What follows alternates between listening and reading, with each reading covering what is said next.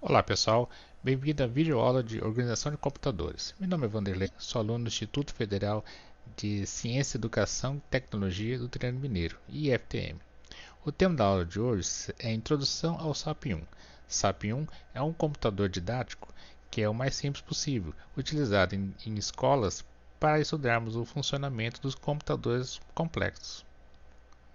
Os tópicos da aula de hoje é a Introdução ao SAP-1. Vamos demonstrar a arquitetura interna do sistema. Vamos falar sobre a descrição dos módulos, pois o SAP é dividido em módulos. E vamos determinar como são as instruções. SAP 1 é a sigla de Simple as Possible, versão 1. Como o próprio nome diz, é um computador didático que foi construído da forma mais simples possível para um sistema de computação. Na verdade, ele é utilizado nas escolas para entendermos o funcionamento dos grandes computadores, porque a sua arquitetura possui as mesmas características básicas de qualquer computador. Entendendo o fluxo de dados desse sistema, vamos compreender com mais facilidade o fluxo de dados de qualquer sistema. A sua arquitetura é básica, conforme a arquitetura dos computadores principais. Lógico que os computadores modernos existe algo mais, porém a base deles é exatamente como será representado o SAP-1. O SAP-1 é dividido em módulos e esses módulos são interligados através do barramento. Os módulos são o contador de programa, que aponta os endereços do programa, entrada e saída, entrada e RAM, desculpe. Existe a memória RAM, que é um conjunto de memória com 16 linhas de 8 bits cada uma. O registrador de instruções, onde são armazenadas as instruções e os dados são armazenados nos acumuladores. O controlador sequencializador é esse módulo que determina quais serão os bits e controles acionados. O acumulador, que é a memória temporária, porém a principal, ela sempre é carregada no início do programa. O módulo somador-subtrator é o que efetua a operação de soma e subtração. O registrador B é a segunda memória temporária, que vai ser utilizada para somar ou subtrair com o acumulador. O registrador de saída, o resultado das operações são gravados nesse registrador. E indicação visual é o módulo que contém LEDs para mostrar ao usuário o resultado das operações. Vamos descrever agora com mais detalhe cada módulo. CP é o contador de programa, ele que gerencia as posições da memória apontando o endereço em que o processamento está e qual será o próximo endereço. Na verdade, em todo programa ele sempre começa com a posição 0 e vai incrementando conforme o programa vai se desenvolvendo. O modo de entrada e RAM. RAM é a abreviação de registrador de endereço de memória. É o módulo que armazena os dados da entrada e onde fica registrado o endereço que é passado pelo CP, indicando a posição da memória onde esse dado deverá ser gravado. RAM, memória de acesso randômica, é uma memória RAM utilizada em todos os computadores, é uma memória estática que tem 16 linhas de 8 bits. É ela que armazena o dado e as instruções do programa e deixa disponível no barramento para que seja transferida aos outros módulos. RI é o registrador de instruções. Ele lê as instruções contidas na memória RAM e divide em duas partes.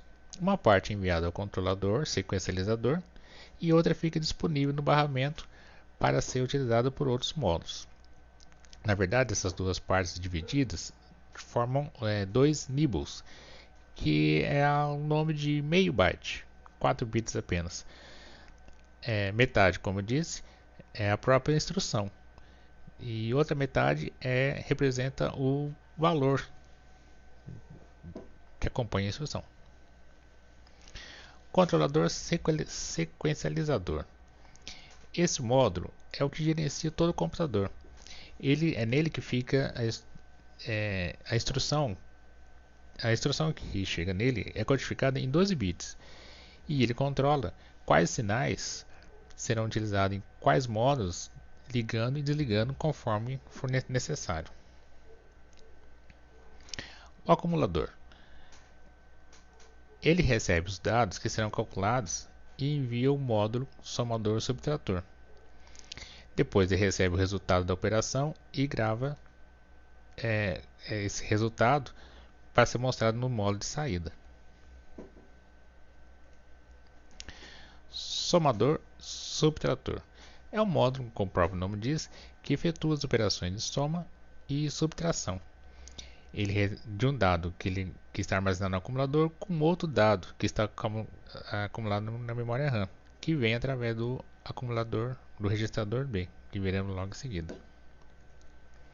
Bem, como eu disse, o registrador B é um registrador temporário, utilizado para armazenar o outro dado que será somado ou subtraído com o dado armazenado no acumulador. Registrador de saída e indicador visual. Este módulo pega o resultado da operação e envia para o indicador visual, que é uma barra com 8 LEDs, que cada LED representa o estado que está cada bit do byte de saída, representando assim o resultado da operação. Conjuntos de instruções. Todo computador ou sistema computacional tem um conjunto de instruções. Quanto mais poderoso e mais complexo for o sistema, maior será a quantidade de instruções. Como o SAP1 foi projetado para ser o mais simples possível, o seu conjunto de instruções possui apenas 5 instruções de 4 bits. Vale lembrar que os computadores atuais possuem centenas de instruções e podem chegar até 64 bits cada uma. Bem, vamos fazer a descrição das instruções. LDA, Load Accumulator do inglês, né? É a instrução que carrega o dado armazenado no endereço de memória do seu operando e carrega no acumulador. Isso, normalmente são os dados de entrada. O primeiro dado de entrada é carregado no acumulador. Add, adição. Ele faz a soma do valor contido no acumulador, aquele que foi carregado pela instrução anterior, com o endereço apontado pelo seu operando, e o resultado é armazenado no acumulador. Nesse instante, quando armazenamos o resultado, nós apagamos o valor inicial. Subtração tem o mesmo procedimento do add, só que subtrai ao invés de somar. Ele pega o valor que está contido no acumulador, subtrai pelo valor do registrador B e grava novamente o resultado no acumulador. Out. Transfere os dados que está armazenado no acumulador e transfere para o registrador de saída. Esse registrador de saída, por sua vez, está ligado ao módulo indicador visual e faz acender os LEDs conforme o estado dos bits. HLT Halt, essa instrução desativa o clock e faz o controlador sequencializador parar de funcionar. Esse sequencializador é que determina quais bits serão utilizados e quais modos serão ativos. Quando ele para de funcionar, todos os modos são desligados. Isso indica o fim do programa. Bem, pessoal, a aula de hoje foi somente esta. É apenas uma introdução ao SAP1 e vamos ver nas próximas aulas como esses bits andam através de gráficos. Os tópicos apresentados foram uma introdução ao SAP1, vimos a arquitetura e a divisão dos modos e vimos a descrição dos modos e as instruções. Aguardo vocês numa próxima aula. Muito obrigado.